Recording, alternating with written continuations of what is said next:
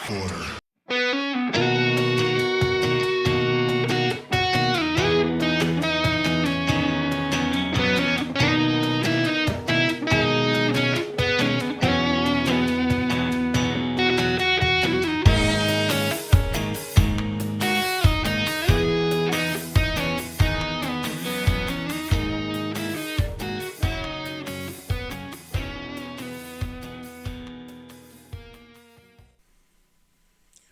Welcome to the Elite Mark Order podcast number 17, where we review AEW Dynamite number 183 on April 5th, 2023 at the UBS Arena in Elmont, New York. Now, if you like the podcast, please hit like. If you want to hear more, please subscribe. If you want your friends to hear it, please share.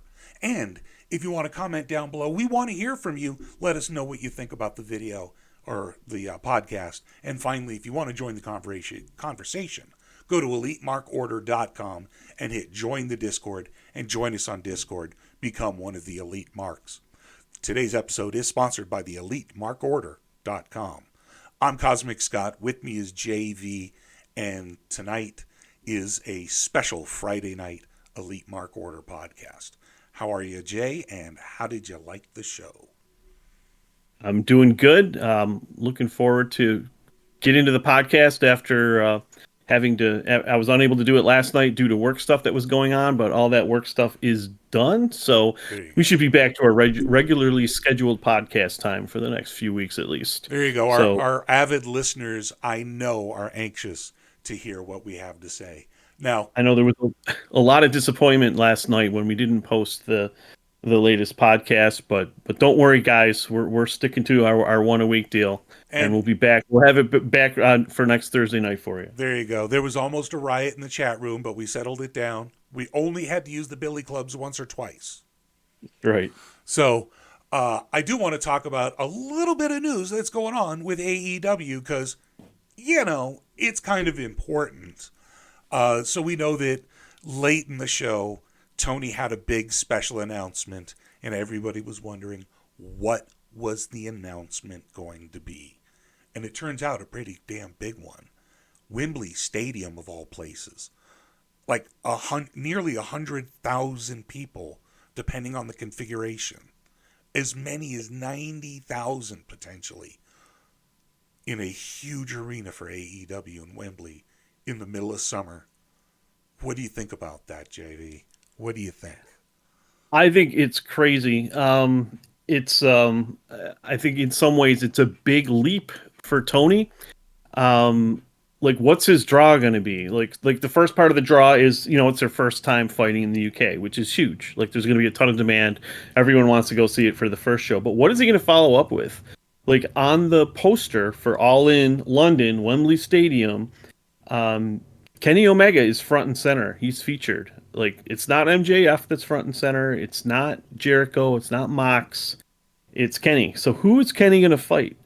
Is it going to be Bryan? Is it going to be Mox? Is it going to be CM Punk? Is it going to be UK's own Will Ospreay? Like, it's going to be real interesting. If Tony's going to have to put together one hell of a card to sell a ton of tickets here. Now, first of all, I absolutely agree. This is going to be huge. This is Tony rolling the dice.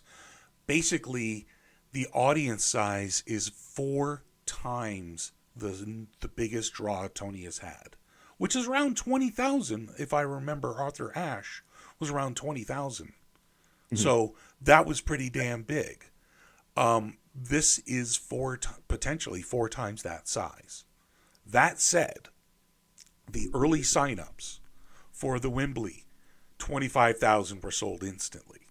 So you got to look. Yeah, I mean, the first bet that the company ever took, the genesis of All Elite Wrestling, was All In. Funded by ROH, they owned the name. That's why All Elite Wrestling couldn't use it until now. All In was huge. That was the Young Bucks who said, we can do this, and sold it 10,000 seat arena because Dave Meltzer said they couldn't. Young Bucks and Cody. And Kenny. Well, Kenny was busy with Japan, so he was not one of the guys that put on the show. I think the financial risk, I'm not sure how much ROH contributed, but I know Cody and the Bucks contribute a lot of their own money to that. They I know had a lot of ROH, support from ROH. That's yeah, why. the production and everything, but Mhm. it was Cody and the Bucks. It was their money. That's why they're the three guys on the poster. It's That true. was their show. So, And you got to admit they rolled the dice. They were all in. And they proved a yep. point. They did book it. They got it done. Hmm. And that was where all Elite Wrestling was created. Was in the parking lot, as Tony loves to talk about. So Yep. that was the night that created all the company. That's what, 5 years now into Yep. it, 2018. Yep. and they're doing pretty good. So in some ways, Tony absolutely does not want to call this his WrestleMania, but it is in the fact that much like Vince put everything into WrestleMania. If it failed, he was done. He was out. He was bankrupt. Hmm. But because it was successful, he rolled that into what we now know as the world's largest sports entertainment company. So this is Tony backing himself, saying, I believe in the draw of the card that I'm going to put together and the wrestlers that I've got on staff, that I've got under contract, the people that I know will draw for these matches, and I can build towards it. There's a whole lot that needs to be done to sell that big of a stadium, but London is hungry. Europe is hungry. He can draw from all over, including Asia. The Saudis obviously have got money. They'll show up because they can. There's just so many different people that want to show up to see a show of the, well, let's be honest, the quality of AEW. It's not just an indie show after this. If it can draw that big, it's a huge damn statement. It is punctuation at the end of a sentence. It is, we are here, WWE. Not look out, because that's not what Tony wants, but you're not getting rid of us. You're not pushing us over. You're not pushing us around. You're not pushing us out. The rest of the wrestling world is still alive against the evil empire. That's the way I Hmm. see it. So I'm Yeah, and I think excited. the other exciting thing here is you have All Out, which is scheduled to be the following weekend after All In, which is going to be pay per view. And how are they? And that is tentatively booked for the United Center, so they're planning another huge crowd there. So there's going to be some big marquee matches going on. That's going to be a lot bigger than MJF versus one of the Pillars. We're talking dream match type stuff Oh yeah, with Kenny, possibly Punk. Daniel Bryan versus Kenny is a match that everyone wants to see. yeah. So, the question is going to be stakes. What are the stakes here? Is MJF going to be the champion when these two events are happening? Well, there's And there's there's things like Sting's last match that yeah. could be it all in. I Hmm. mean, you tell me that wouldn't. I mean, come on. His final match, the getting the honors in a company that loves him, as opposed to WWE, the way they treated him, Hmm. and give him the final match that he deserves in a crowd of WrestleMania size. I mean, that alone could sell. You know what I'm saying? He's Sting. It could. It's I Sting. Right. I think, Sting versus Satnam Singh could be that last match for Sting. I mean, It's who no, wouldn't no. want to see It's Sting got to go be out J. against Satnam? It's got to be JJ. It's got to be It could JJ. be Terry as well. It's Right, got to right. be JJ with the El Kabong. It's got to be the guitar shot that ends Sting's career forever.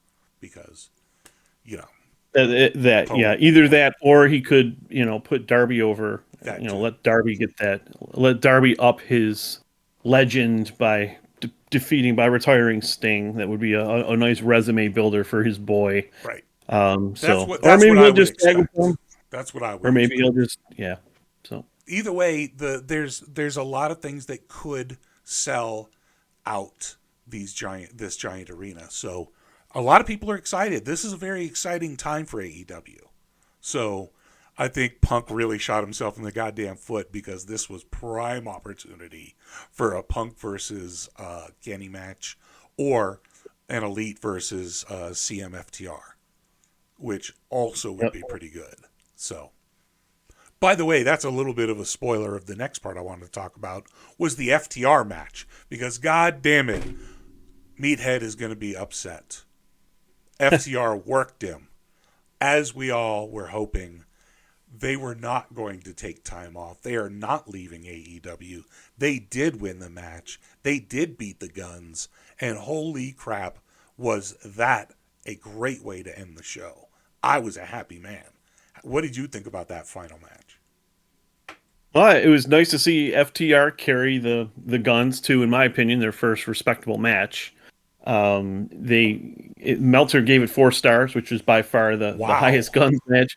Cage Match did not like it. Cage Match only gave it a 6.5 because Cage Match hates the Guns just as much as we do. Sure. I thought it was an excellent match. I did not know for sure who was going to win. I mean, I picked FTR, but you just never know. There could be injuries. There could be other stuff going on.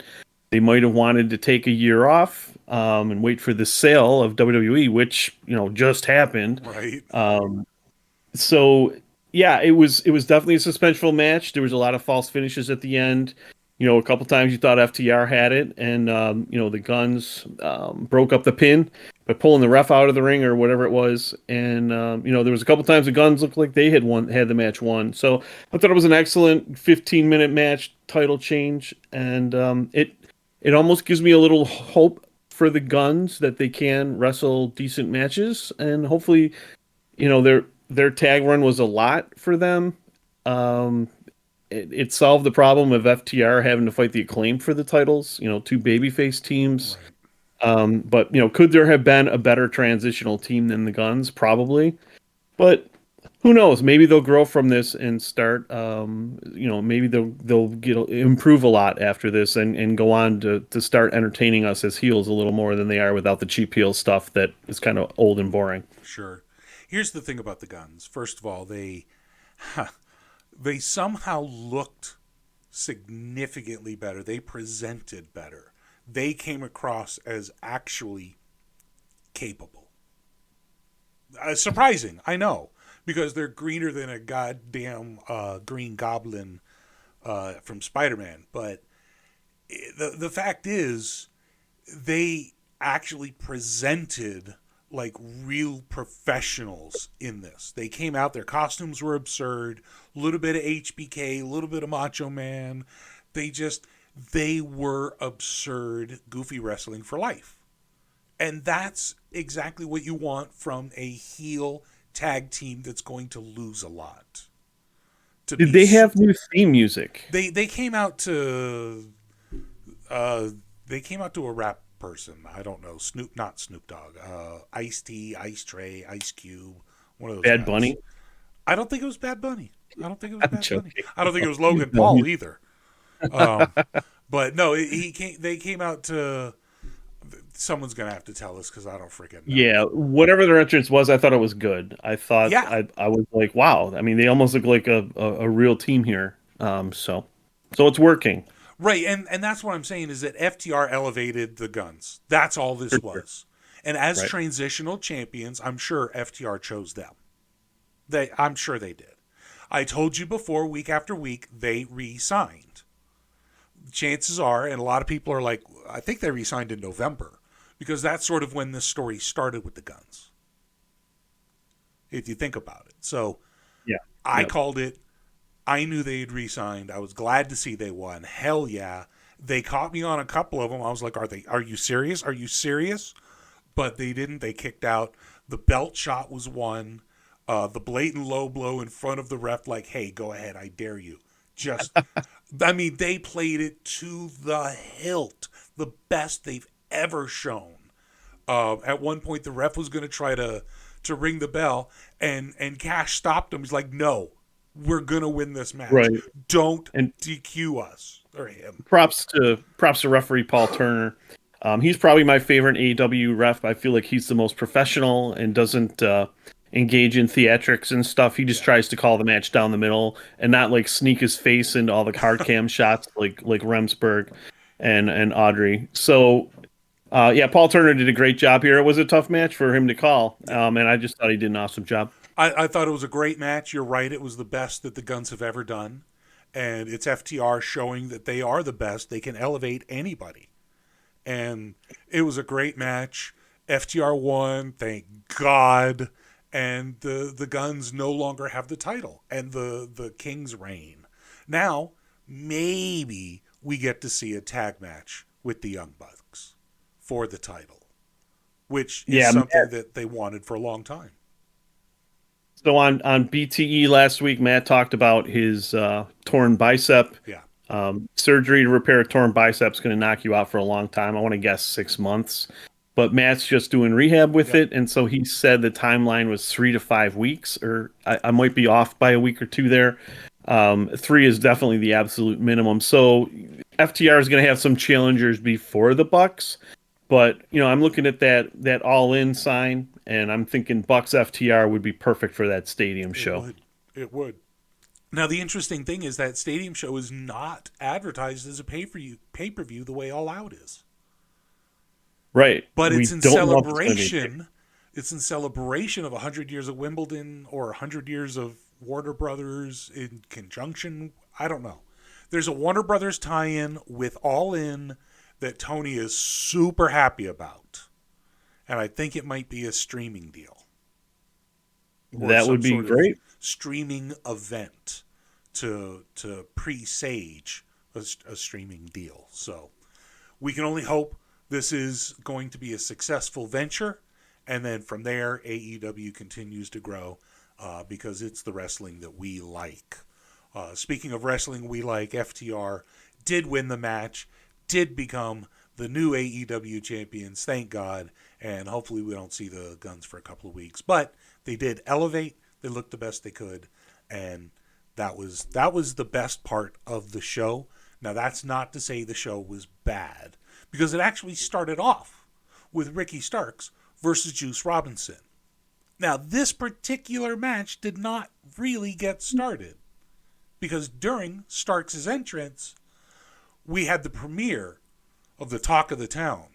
People who WWE fans just a week ago guaranteed was going to show up at WrestleMania. And this week, we're like, Jay White who?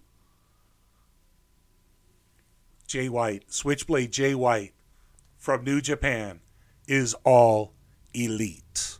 And as we suspected, has joined up with Juice Robinson, the only Bullet Club member in all of All Elite. So what are they going to do? This is going to hopefully elevate Juice. He's going to start with Starks. Are they going to have some sort of tag feud with Starks getting a partner like Andretti? No, Andretti's, I don't know. What do you think they're going to do with Switchblade? Let's fantasy book. What's going on with Jay? What do you think? You can do a lot with Jay. Obviously, he has a huge potential storyline against Kenny Omega as the Bullet Club leaders. You also have him and Adam Cole that have a built-in storyline going. And of course, Jay White versus Hangman is another big potential matchup. So I was not very happy of this being Jay White's introduction. I think Jay White should have been treated as a bigger deal. I think Jay White joining AEW should have closed out the show with him coming out to a massive nuclear pop that just left everyone talking about it. His debut here was first I missed it. I did not turn on Dynamite right away. I was a couple minutes behind. Um, and I turned the show on like, I don't know, 4 minutes in, and it was already over. Yeah. And it was also overshadowed by the all in announcement at the stadium show in the UK at Wembley. So it's like, I wish Jay would have been built up more here. I mean, the internet's been talking about what is Jay White going to do for the last year when his New Japan contract is over. And I just thought this was a very, very underwhelming way to bring him in. We all wanted Jay White to come out when the Bullet Club sign had showed up for the past few weeks, but I just think they could have closed out a show with it, and it would have been a lot more fun and created a lot more discussion and built his brand a lot better than what we got on Wednesday. First of all, you make a lot of valid points about his brand and all of that. I think that this cements WBD's desire that Tony no longer do these surprise debuts. Because Jay White could conceivably be extremely popular. He should have had some sort of build up. Yes, a nice little surprise. He showed up, a couple of fans popped, but if you would instead had built him up with vignettes the way you are, say, Christian and Luchasaurus, it just seems ludicrous that Jay White didn't get any sort of build up before his debut. I think I wouldn't, I disagree with the vignettes part. Like, that would have spoiled the surprise. I'm talking about, like, it all out in 21, I think it was, when Daniel Bryan showed up and Adam Cole showed up to close out the show. Like, that was enormous. Some of the loudest pops you'll ever hear. Yeah. And Jay White could have gotten something like that. But instead, he ran out to basically break up a match between Juice Robinson and Ricky Starks. It's like, it's not. He could have had a much more impactful debut. I agree. So I agree, and that is unfortunate. I hope they're able to build his character now and show why he's important and get the AEW audience used to who he is. Because yes, they're hardcore and they know him, but on television they don't. So here's a question for you. When do you think Jay White actually signed? Was it before WrestleMania or after WrestleMania and that horrific Monday Night Raw, which was one of the worst rated shows in wrestling history, when Vince basically said, I'm taking over? Do you think after that happened, Jay White's like, Tony, sign me up? Or no. Was it just coincidence? I think that Tony waited on purpose until after WrestleMania. And I think that it was before WrestleMania that he signed. I don't know how much before, but all the talk suddenly died down. All the WrestleMania people, or not all the WrestleMania, all the WWE people stopped talking about him. And I was like, oh, that's interesting. And then they didn't mention anything. No rumors, no nothing. Nobody said, oh, guaranteed. It went from guaranteed showing up to WrestleMania to, the conversation broke down, to then he signed at AEW. I think it happened before WrestleMania. I think Jay read the cards. I think he knew that WrestleMania, I don't think they really wanted to bring him in. The guys on Wrestle Talk brought up a good point.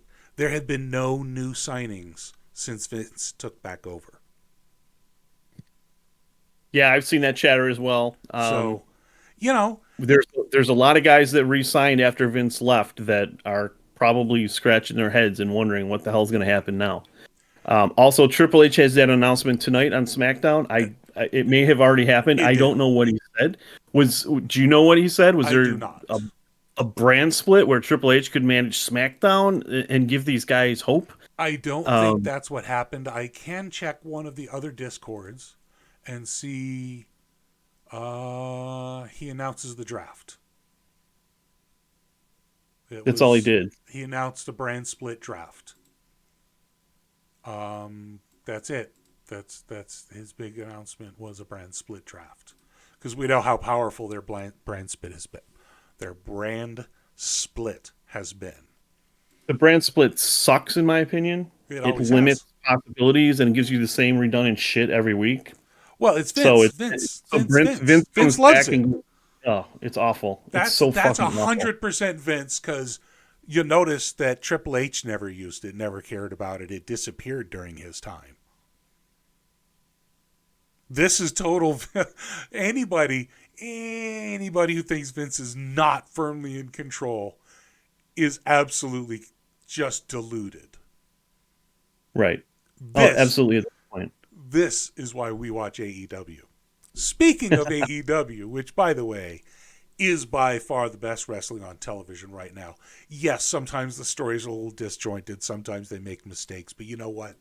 This is the most honest storytelling, just wrestling. This is distilled down what professional wrestling is supposed to be. Yes, it still has some of the pomp. Yes, it still has some of the pageantry.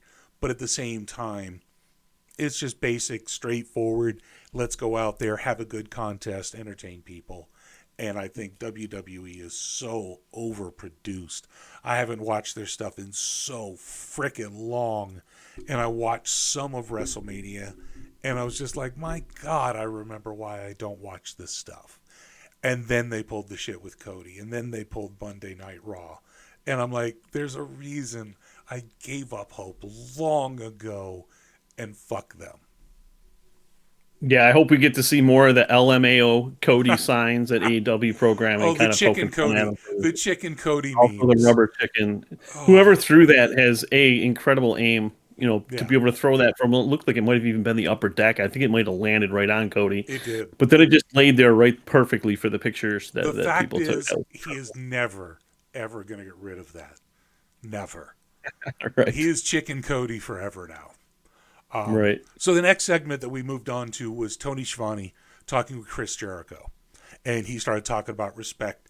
And in comes Big Keith Lee. And he towers over Jericho and dwarfs him as far as how big he is. This is a tree stump of a man next to Jericho's not necessarily small, but it really highlights just how big Keith Lee really is. And it looks like we're going to get Keith Lee versus Chris Jericho coming up real soon. That sounds fun to me. Yeah, that's interesting. I don't think we never got the Keith Lee versus Big Swerve singles match. You got half the JAS kind of dicking around with the Acclaimed, and now Jericho is setting up something with Keith Lee. Um, I'm not sure where this is going, but yeah, that would be certainly be an interesting match to watch. Keith Lee versus Jericho will be great. And I think that any of the other involvement of the JAS, I think, it's just giving Keith Lee a story. And we know Jericho likes to try to elevate people. So give Keith Lee a chance. All I am saying is give Keith Lee a chance. I would yeah, quote some lyrics from "Give Peace a Chance" from by John Lennon, but I'm struggling to come up with any, so we'll go with that. Well, fortunately, we can move on to actually the second match of the night, which was the trios match between the House of Black and Best Friends. Now, I'm a big fan of both teams. I love the House of Black entrance as always. And Best Friends had Sue in the minivan drop them off. This is sort of the dark, scary goth people, adults versus man children, but they're all really, really good wrestlers. And you had Orange Cassidy with his sloth style versus Malachi Black with his not taekwondo, but his Muay Thai training and kickboxing. And he's just very hard striker. And then you have the soft strikes of Orange Cassidy. There was some great moves. House of Black grabbed the Best Friends a couple of times out of midair. Once Orange, once I think it was Trent. And they just threw them into stuff. They did some great triple teams, double teams. I thought it was a really good match. Once again, Orange shows he is a great wrestler and his style works well with the Best Friends. He puts on great matches. He sells for everybody. I think Brody King would make a great international champion and a double champion as trios champ in the House of Black. I don't think Malachi needs it. I think you put that on Brody and that international championship, have him do singles matches, then they do the trios matches. I think that would be a great powerhouse to build the House of Black. This was a great match. House of Black won, and Buddy Matthews used the stomp, which carried over from his character in WWE. So if he's not copying Kenny Omega, he's copying Seth Rollins. What do you think of it? I was surprised with the finish. I'm not aware that Buddy was using a curb stomp in WWE, so it just seemed kind of a little out of nowhere. I know we've seen other people use it in AEW. Britt used it a lot. Yeah, she still Um, does. I enjoy the match. It's good to see both these teams. First off, I wasn't sure. I was a little concerned that Buddy Matthews might have been hurt, or re-aggravated, the injury that's kept him off TV so much time over the past year or so. So it was great to see Buddy Matthews back, and also it's good to see the best friends getting with Orange teamed back up as in a trios match. Always good to see those three guys fight together. And yeah, the match was certainly entertaining. I loved the scene where Cassidy was kicking Black with the hands in the pockets, and the crowd just ate that up. Here you have a guy with black mass, one of the most lethal kicks in the business. Getting kicked by OC. I thought that was pretty great. So yeah, good stuff from both these teams. Only got 3.5 stars. I was expecting maybe a little more than that because it was a solid match. And it's one where I'm going to need to go back. I want to watch this one again because I'm sure there's a bunch of little individual stories in here that could end up, being expanded on in future matchups between these 6 guys. So good stuff. Absolutely, and as far as cage match goes, because it wasn't a technical masterpiece, the fans of cage match are not going to rate it well. This was entertaining as hell. It was a great trios match. It was early in the card. It was, a great mid-card battle, but it was... These are all really, really good wrestlers. Brody King is a dominant man. He's a big dude. Malachi Black... Yeah, that's for sure. Yeah, Malachi Black is lethal with his martial arts and his kick. Buddy Matthews is a phenomenal athlete. And then the best friends, who are all really good, and Orange Cassidy is currently a champion, so they're getting a big push. So it was a great interplay. I think they got a lot of time to tell their stories. And yeah, they could break off into smaller stories. I'm interested. I like it. This is the meat of the show. This is what keeps us fans coming back. Good, fun wrestling that isn't the same shit week after week.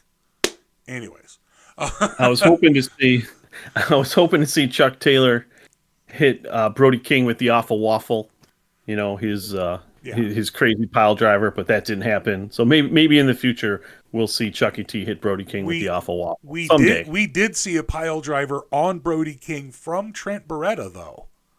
Yes, we did. And that was damned impressive. So you got to admit, they all sort of went at it. They made each other look good. I think this helped elevate both teams. Maybe the feud continues. I don't know, but if it does, I'd be okay with that. Let's break it off, tell some other stories, do some tag matches, single matches. Like I said, I think Brody or maybe even Buddy winning the title off of Cassidy would be a good move. And then maybe Cassidy wins it back. I don't know. But I think that there's some potential to go there. So Did they show Los Ingobernables? I don't even know if I'm saying that right. Sitting outside the ring during this match as if they might be the next trios challengers. Yes, it was Julistico, okay, Roosh, and Perro Peligroso of Vance Preston. So Preston Vance, that's his name. Your Tijuana accent is impressive, Scott. I grew up in San Diego. I learned Spanish before I hit puberty, so that I'm actually able to speak Spanish. So, Pedro Peligroso, if you'd like me to roll my R's like a true Mexican. I can do all of the accents if you prefer. I can even break into the outrageous French accent. Anyways. Very nice. We'll have to keep that in mind for future episodes. Right, in case I need a Frenchy character. Well, you know what? I think what you should do is after we do the podcast in English, we should do it again in Spanish. Do you know Spanish that well? No. I can say sí. Okay. Sí. Okay. So we need to just use Google Translate with an AI program and just translate it into Spanish with AI voices of us. That would be weird. Mi nombre Es el mito, mi gordo y stupido. Meat Um, night. I was yeah, trying to be meat night on the pod. No, it doesn't work. I really don't think it worked. I don't. Okay. All right. I, Moving on. I'm sorry. Let's move on. Let's move on. So again, House of Black 1. Where does it go? Not sure, but I'm interested. By the way, once again, if you like the show, go ahead and give us a like. If you'd like to hear more of us, give us a subscribe. If you want to go ahead and join us in the conversation, join the Discord, you can find everything at EliteMarkOrder.com. Anyways, And you can even be on the podcast if you want. We are more than happy to have other elite marks join us to talk about the show. yes, but you do have to give the secret password, JJ for life. All right. Now, moving on, the next match was Jamie Hayter, the championship, the champion, the World Heavyweight Championship of the Women, versus Riho, the 98-pound phenomenon. Now, Riho was also, I believe, the first AEW champion, was she not?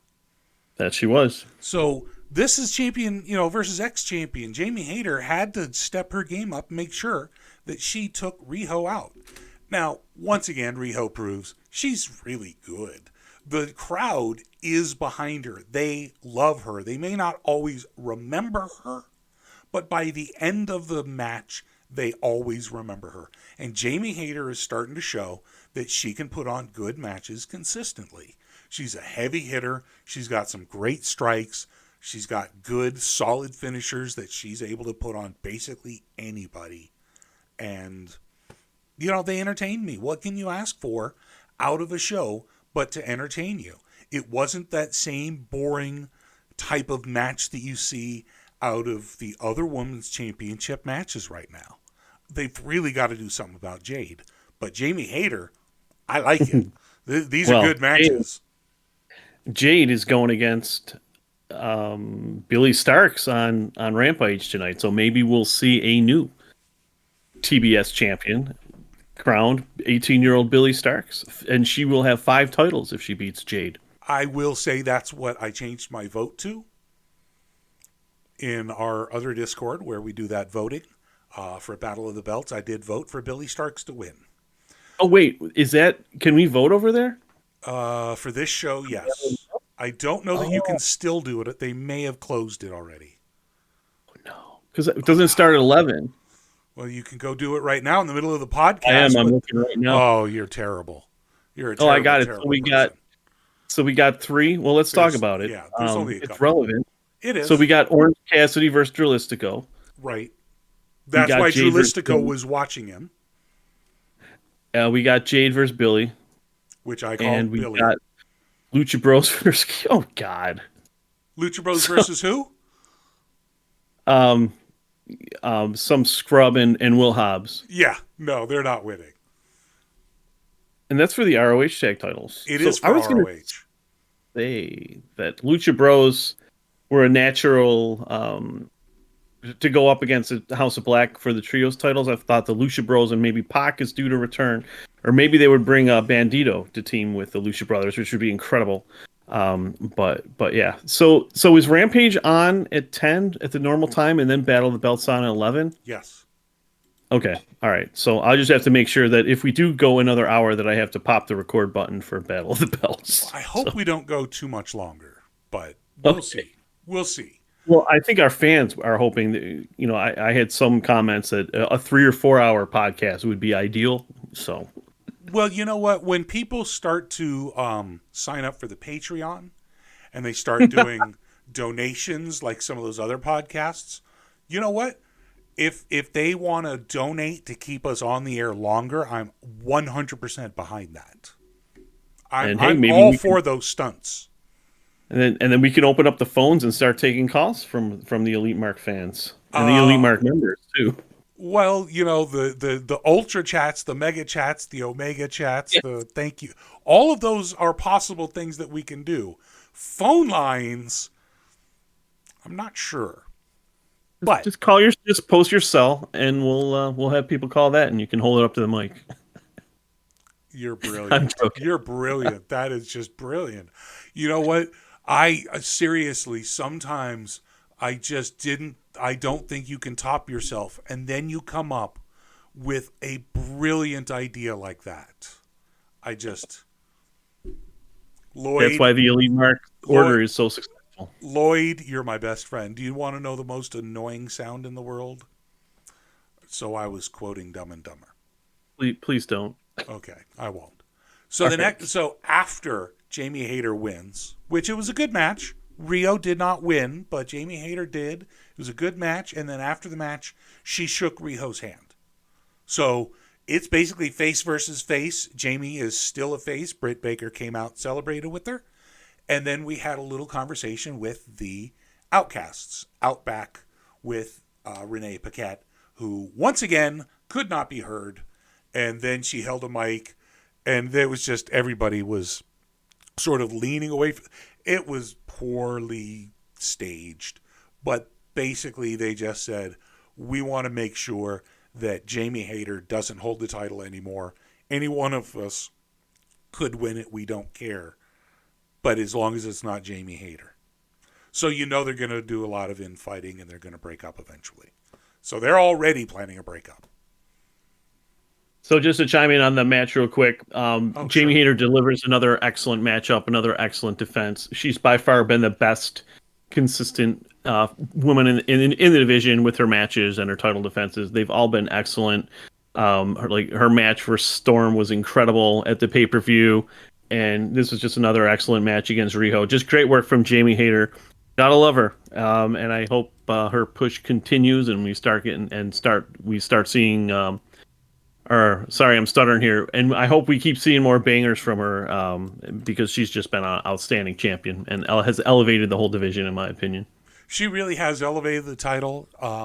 She's been able to put on a lot of really good matches. And I think that individually she's about to take out the Outcasts. I think they're all going to try to wrestle her, and they're going to fail. And I think her and Britt Baker are going to just get one more person, and maybe they'll expand to a Blood and Guts. Maybe they won't. But I think Jamie's going to be champion for a little bit longer. I think she's a great dominant champion, and kudos to her. She had an organic swell of support behind her. She became champion, and they turned her face because people want to cheer her. Yep. She's that good. One other thing I'll say before we move on, as there was no shenanigans in this match. I thought for sure there was going to be interference and the Outcast would be out there attacking one or both of them. None of that happened. It was a nice, clean match between two faces, and I like to see that because I like good wrestling. Yeah, and it was again, it was a hard-hitting match. Rio always knows how to take hits, give hits. She's got a great move set. She knows how to use her tiny little body in unique ways. So, good on them putting on a good show. After the Outcasts, we had the JAS come out to get their answer from the Acclaimed. And the Acclaimed did it in rhyme and basically said no. But the JAS, specifically Cool Hand Ange and Daddy Magic Matt Menard, seemed to be too stupid to understand that they're being told no and that they were being dissed by Max Platinum or Max Caster. And so now they're going to team with them next week, I guess, in a 4-on-4 match. I don't really know. Or it was at Rampage. Either way, the Acclaim said no, but the JAS, Jackass Society, is not taking no for an answer. It was a quick little segment and kind of weird. Jay? Yeah, I'm not sold on this this matchup here. It's still kind of weird to see the Acclaimed moved out of the title picture so easily. You got to wonder, will they pick back up with and fight FTR? FTR could go heel, but why do that? They're pretty popular. Certainly, you want the Acclaim to keep selling T-shirts. So I don't know what's going to happen here. The JAS versus the Acclaimed is just complete waste of time. So hopefully, the Acclaim moves on from this program, and we can see some more exciting tag team action from the Acclaimed after this. Okay.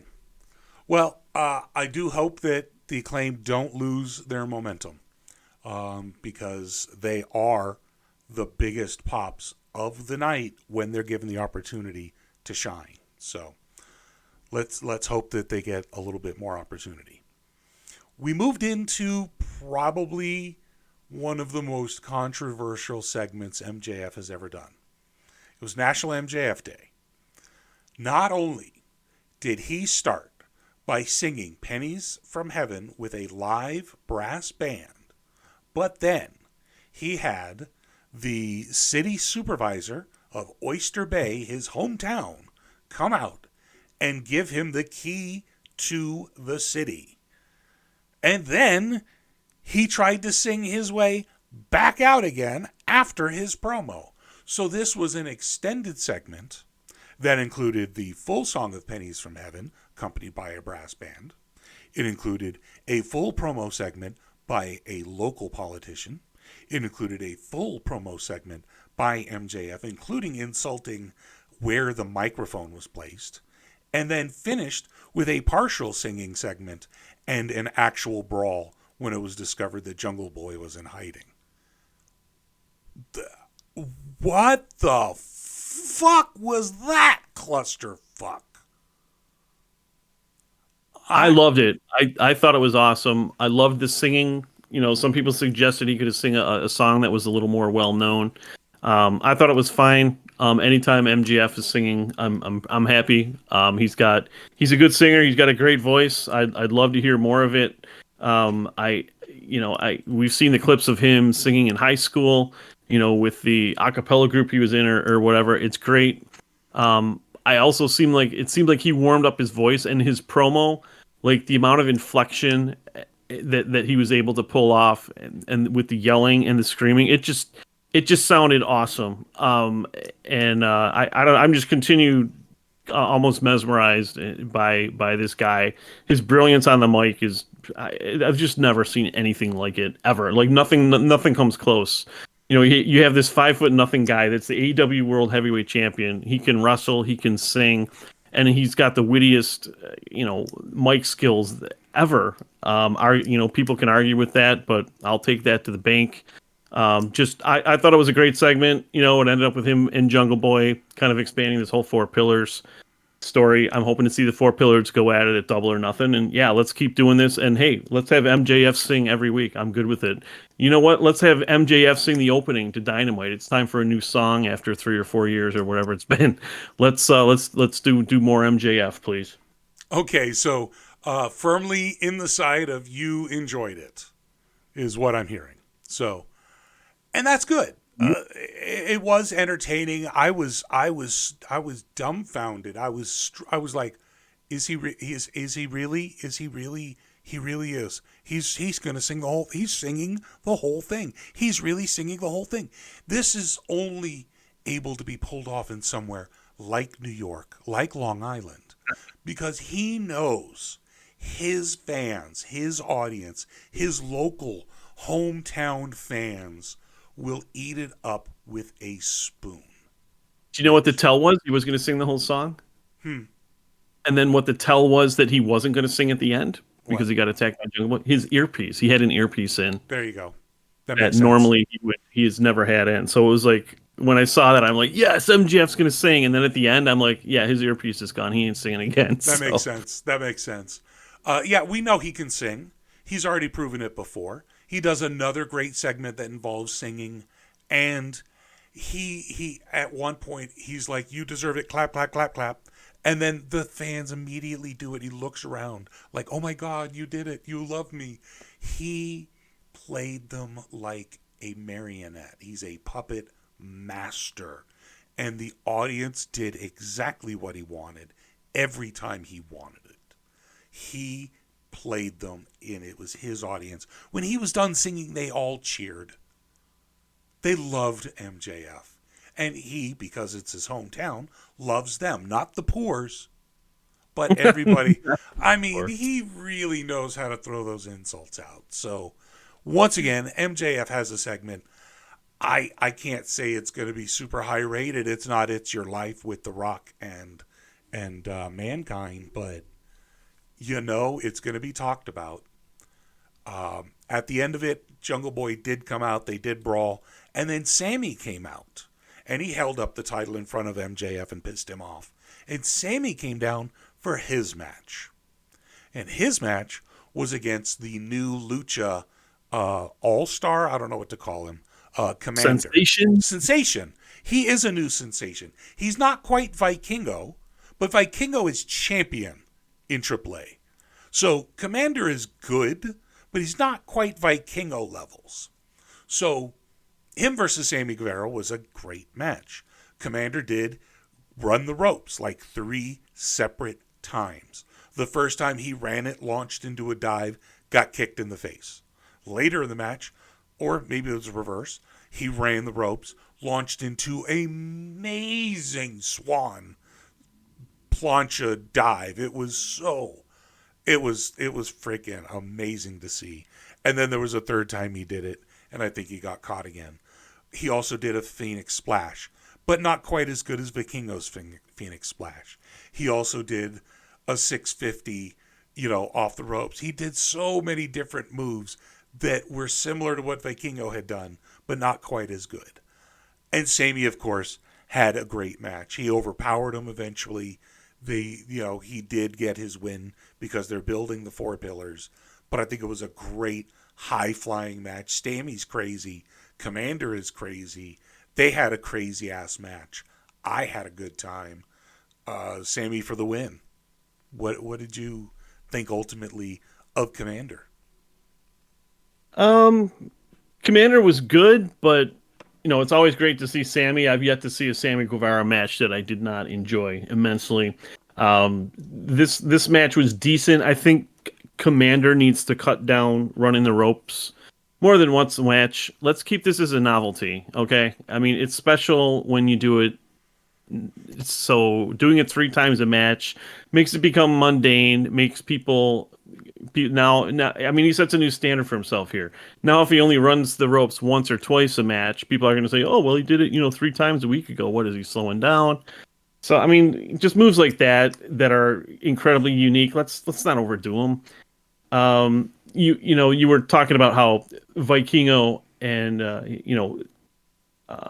you were talking about how Commander is no Vikingo in some respects. Well, I just looked it up, and they're pretty much the same age. Like, Commander's only a year younger at 24. Vikingo's 25.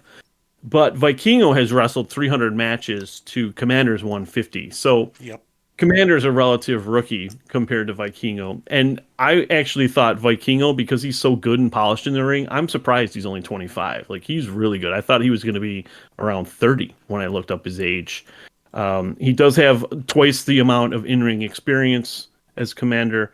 But yeah, interesting comparison that you drew out between the two. So yeah, liked the match. Thought it was solid. Thought they could have done with a little less of the running on ropes. But other than that, it was fine.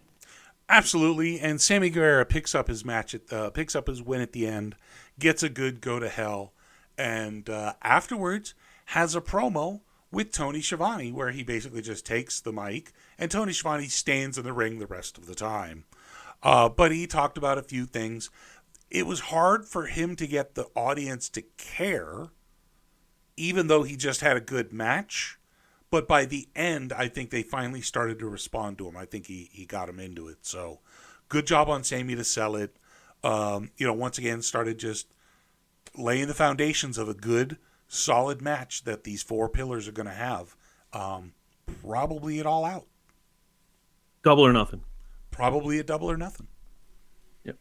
But yeah, so, good promo. And I thought that it's building well. I'm interested in where's the story? I'm interested in the storyline of the 4 pillars and the AEW title.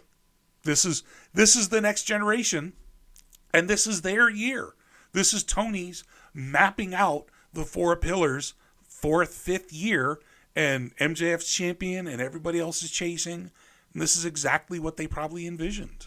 So let's see. I hope Darby gets some. Yeah, I hope Darby gets some time to shine next week. Jungle Boy and Sammy have gotten a lot of press. I was talking about overexposure with Commander running the ropes. I think they need to be careful not to overexpose Sammy Guevara too.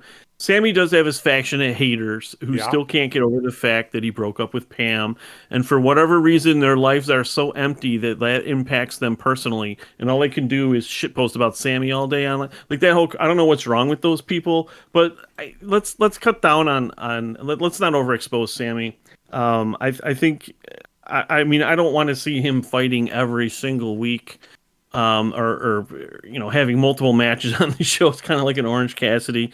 Let's switch it up a little bit. Let's give Darby some more time, and let's make Sammy's moment special leading up to this. Because I mean, Sammy's one of my favorites in AEW. He's top 5 for me. He's been since the promotion started, and I got to see his first few matches. I'm like, this guy's incredible. So I mean, I just want to see him successful. So let's not overexpose him. I don't disagree. I think you've got a lot of valid points, and you just you know, Darby had a string of TNT Championship matches where he was on weekly, so I know Yes. he's going to be good. Yep. Jungle Boy has done a lot of matches, but most of them were on Dark and Elevation and tag matches. So Yep. the Mostly one-on-one stuff, he's still getting to get a grip on things, even though because of his dad's connection and all of that, he's got a lot of potential in the future. And then Sammy is literally a rags to riches story. So, you basically have 3 faces if you look at it right, but Yep. we'll see how it goes. Sammy as a face doesn't work in the Jericho Society, so Right. we'll see where it goes. So just to kind of follow up to something you just said with Sammy being rags to riches, he is pushing this Subway Sammy thing. Yeah. I used to work at Subway, and in at the Winnipeg show, there was a substantial Subway Sammy chant. People kind of using that as a dig against him, but he's encouraging that chant. So it'll be interesting to see if he goes a step further and like comes out wearing a Subway outfit or something one of these weeks. You know what? If he owns Subway Sammy and turns it into a inspiration, because realistically, when he ended, he's like, man, that Subway Sammy, he'd be proud of where I'm at. That's inspirational to me. Calling him Subway Sammy because, yeah, you worked at Subway. I'm sorry. If he Right. owns it and he turns it into like an inspiration, chant it all you want, man. Subway Sammy is the best. I like Did it. you watch? Did you watch All Access? I did.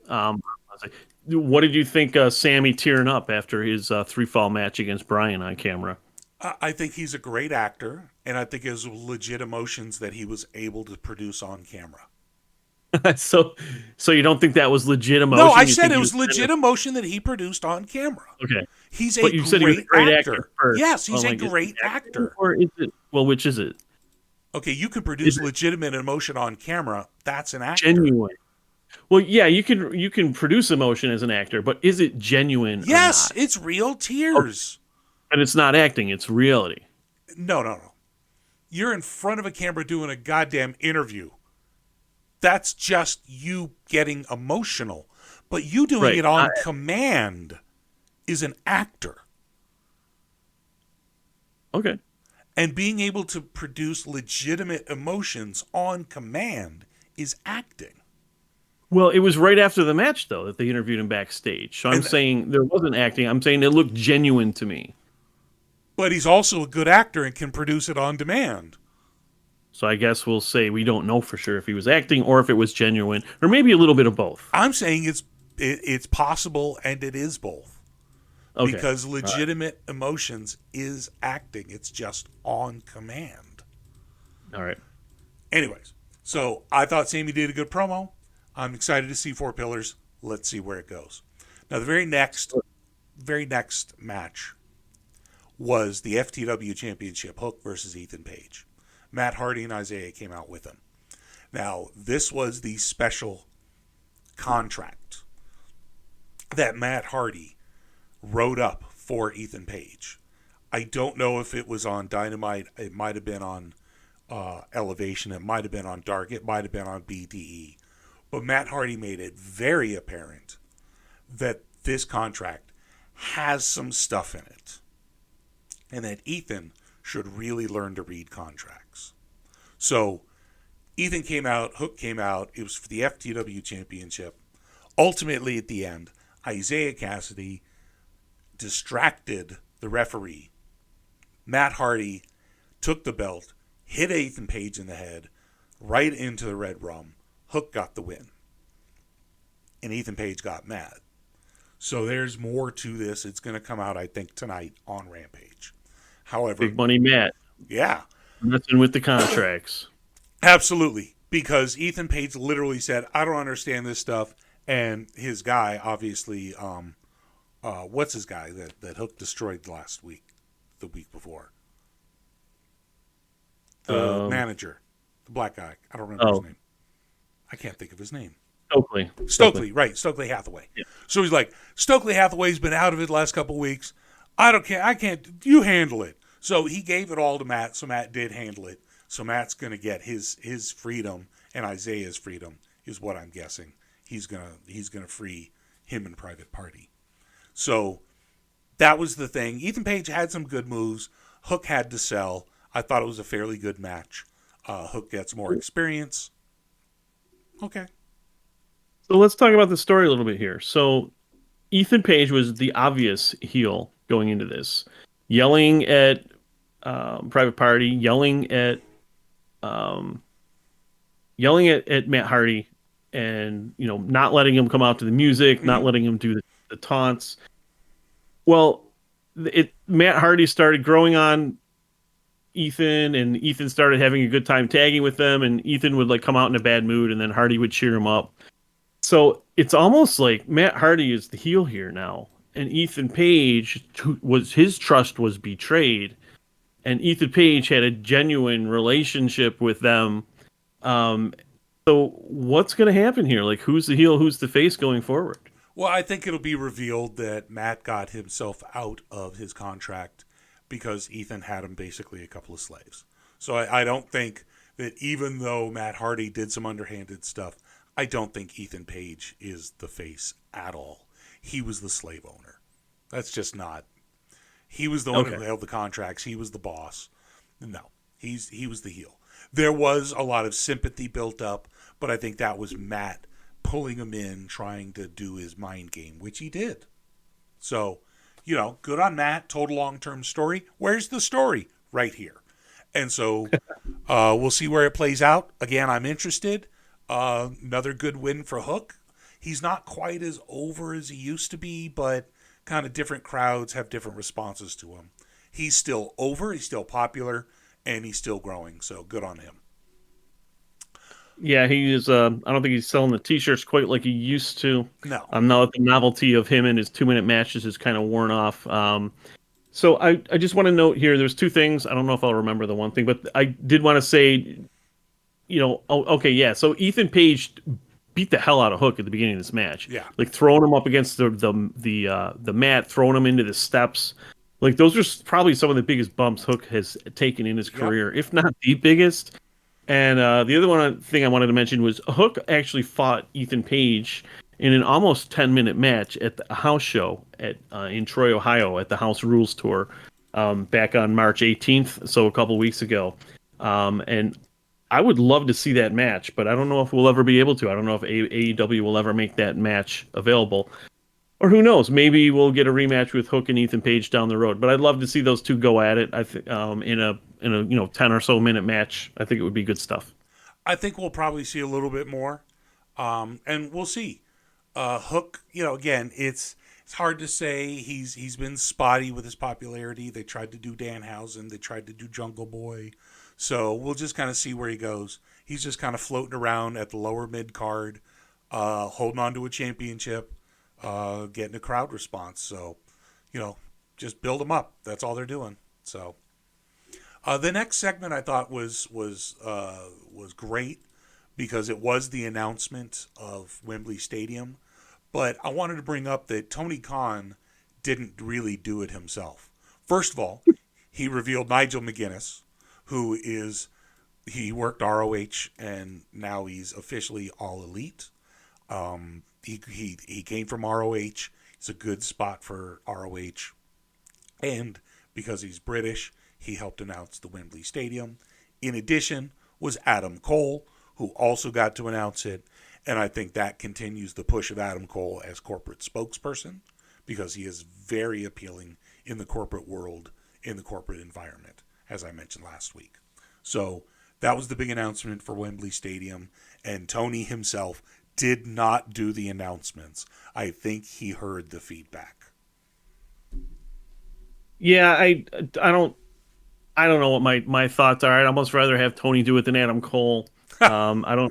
Adam Cole is not the face that runs the place, but Tony's trying to push him like that, and Adam Cole is not going to ever carry this promotion. In my opinion, I know people like singing the boom song or whatever the hell it is, and his little running knee strike. I'm just not a big Adam Cole fan. I do like Adam Cole, and I enjoy his matches. I just don't see him as a top guy. So, yeah, I mean, we'll see what happens. I mean, we saw what happened to the ratings a week ago. Adam Cole had this big, huge hype return.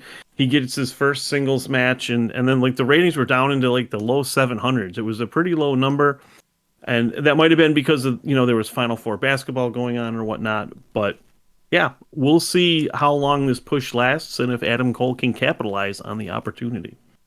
There you go. Now, the very last thing that we're going to talk about tonight, because we did talk about the last match already, is one of my favorite acts, which is the Blackpool Combat Club, versus, well, they really didn't even get an introduction, so I have no idea who they were. Aaron Rourke, Elvin Alvarez. Is he Brian Alvarez's brother? He might be. And last was Brother Greatness. So I don't know who any of those guys are. Brother Greatness, I've not seen any of these on Elevation or Dark. They were complete jobbers. This was not even the squash match of last week with Dalton Castle and the boys. This was Yuta ignoring the dude's offense and shrugging him off and going, really? And just beating the dude. That was Yuta who was able to do that, let alone the powerhouses of Moxley and Claudio. And, I might add, Danielson didn't do a damn thing. He was the manager. He just stood there.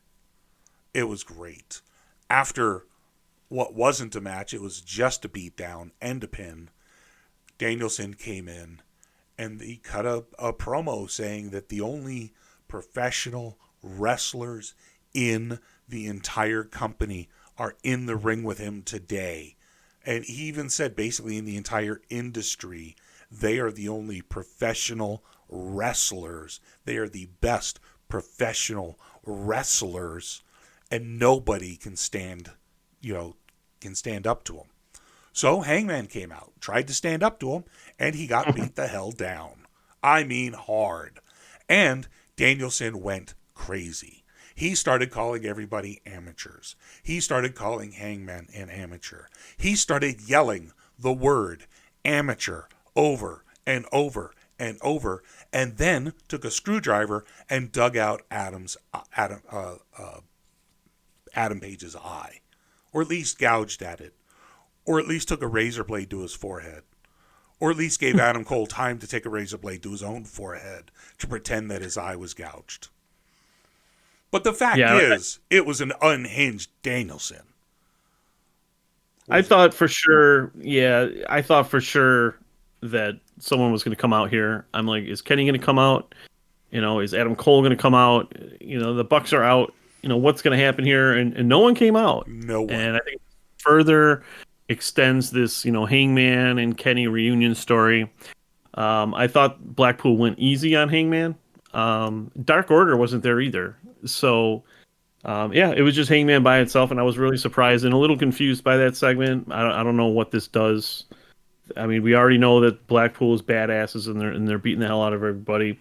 But Adam or Hangman Page just sacrificing himself for basically no reason by himself to four guys just doesn't seem very smart or make any sense. So it's not a huge smart segment. It's not smart, but it's the hero thing to do. It's to come out and to stand up to the big bullies. To say, I don't know. There'll be an explanation. There'll be plenty of explanation. The fine line between bravery and stupidity. And he crossed it. We already covered the end of the show, so that's really it. Rampage is going on right now, and then Battle of the Belts, or it's about to start, whatever. I'll be watching it in the morning, because Billy Starks, your new TBS champion. I Billy to- Five Belt Starks. I'm telling you, Billy's totally going to win. I absolutely believe it. Rampage has got some interesting bits, so we'll see what happens there. I think this is a great run for AEW for the next couple of months. I think we got Double or Nothing, all in, all out. I'm excited to see where things go. My favorite promotion over at the other company, nothing but trouble. This is why I love this company, and I'm sorry, but give me a second. I just have to laugh at those guys. I really Laughing do. at Cody. LMAO Cody. Yeah, I'm sorry, but Chicken Cody, the fact is Fire Vince was trending. It was chanted. This is just the biggest clusterfuck, dumb shit ass company I have ever fucking seen. And I have worked for some goddamn doozies that have lost millions upon billions of dollars in dumb ass, goddamn stupid moves. And this is the most goddamn stupid, dumb ass corporation that I have ever seen. And what did they do? They sold out to an even bigger corporation. I agree with you in some respects, and in others I don't. If you look at the financial success of WWE, I mean it's insanity. Okay. Let me finish. Let me get my point in, and then sure, you can counter. Sure. So their financial success comes from brilliance in certain ways and certain things. They have a captive audience that doesn't give a shit what they do. They don't give a crap about the smarks. And that's why AEW is about to sell out, or potentially sell out, an 80,000 seat arena in the UK, is because there are a lot of smarks that like good wrestling. But and Vince is foregoing what those fans want to focus on his core, the core that has brought him from 2016, when the company was worth less than $1 billion, to a company that is now worth over $10 billion. I mean, I want to give Triple H some props for what he did over the past 6 months, or however long it was, to build up this Cody and Sammy and KO versus the Bloodline into, one of the most watched, one of the largest revenue generating feuds in the history of wrestling, if not the. But where they go from here, I don't know. If Vince is going to go back and cater to his fans that like watching The Miz versus Dolph Ziggler for a 45-minute segment then hey, so be it. You're going to make a lot of money doing that.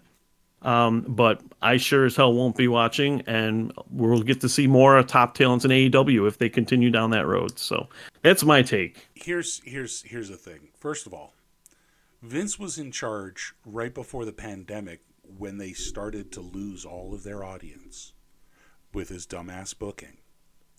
He was saved by the pandemic because people were still interested enough in see how wrestling could survive with no audience, and then the Thunderdome, and then audiences came back, and his hardcore brought his audiences back. Even now, there are live reports that they are piping in noises. The audience themselves are not that engaged. Vince doesn't care, because live attendance means nothing anymore. The pandemic proved it. The TV deals, the licensing deals, the Saudi deals, the deal with Fox, the deal with USA Network, that's where the bread and butter is. That's where the money is being made. With the merge with UFC, now he doesn't, there's a whole lot of different money here, there, and everywhere. Yes, there are cuts coming. There were cuts before. There's cuts coming. There's always going to be cuts, because it's always about that. But the fact of the matter is, if you take out profits, which is impossible in the capitalist society, because that's all they want to measure you by. But if you take out profits, since Vince came back, morale is shot to the fucking floor. People are looking to leave immediately. Bray Wyatt disappears from TV. Omos joins TV immediately. We start getting dumbass feuds. Cody doesn't go over when they absolutely should have. There's some bullshit about, he needs to struggle more. Says fucking who? That was a great opportunity to show things were different, but they're not. So there's so many different little things that absolutely are not okay in that company. Yes, they make money, but guess what, my friend? The world does not revolve around just money. And as a result, I judge them on things like their corporate culture, employee happiness, and on just how evil their owner is. The more evil the owner is, the less I fucking care about how much money they make. Because the more Personally, evil you are, the richer you get. right. Yeah, personally, I don't care too much about all that. I just care about good wrestling, and that's why I for the most part don't watch the product. Yep. The reason I keep up is because they're relevant to me because the people I like could end up there. And there's certain guys that if they did go over, like if the Elite and the Four Pillars went to WWE, yeah, that would definitely catch my interest. But with and I'm almost rooting for WWE to fail because I would prefer they stay in AEW where they have more creative control, where the artistic abilities are in the hands of the artist. So I mean, I prefer them to stay in AEW, but man, that WWE has just done some amazing things over the past year. And I mean, hell, maybe Vince turns it into a ridiculous steaming pile of shit, and we go back to 3 years ago when they couldn't even sell a few hundred tickets to a Raw show. Maybe it goes back to being that bad again. So, and if that does, hey, good for AEW. On one hand, the more competition that we see in WWE, this better AEW is going to be. So it's always good to have two companies doing well. Um, but yeah, there's certainly a lot here, and yeah, I'm continuing to watch AEW, and I hope the Elite re-sign with AEW, and we continue to see great matches and great stories. I keep up with WWE because they are the leader in the industry. I enjoyed it for decades. I'm a fan of wrestling. I was a fan of WWE. I was a fan of WCW. I was a fan of the NWO. I absolutely wish that the Triple H 6 months was 2000, 2002, 2003. From that era forward, from the Punk pipe bomb in 2015, if something had changed, they could have kept me. But they didn't. And once they lost me, I'm never watching. I did watch a little WrestleMania to remind myself why I'm not watching. Because they immediately started doing the shit that I knew they were going to do once Vince took back over again. And he took Did you back over see? again. Did you see the Usos versus Sammy and KO? I watched parts of that. That Okay, was I'm gonna watch that hopefully tomorrow. Meltzer gave it 5 stars, so I'm looking forward to that. you know what, the emotion behind it, the story behind it, if you're a big WWE fan and you've been watching it over the last year or whatever, it's a hell of a story. It really is. KO is beloved. Sammy is beloved. The Usos are great wrestlers. It's a good story. But, yeah, anyways.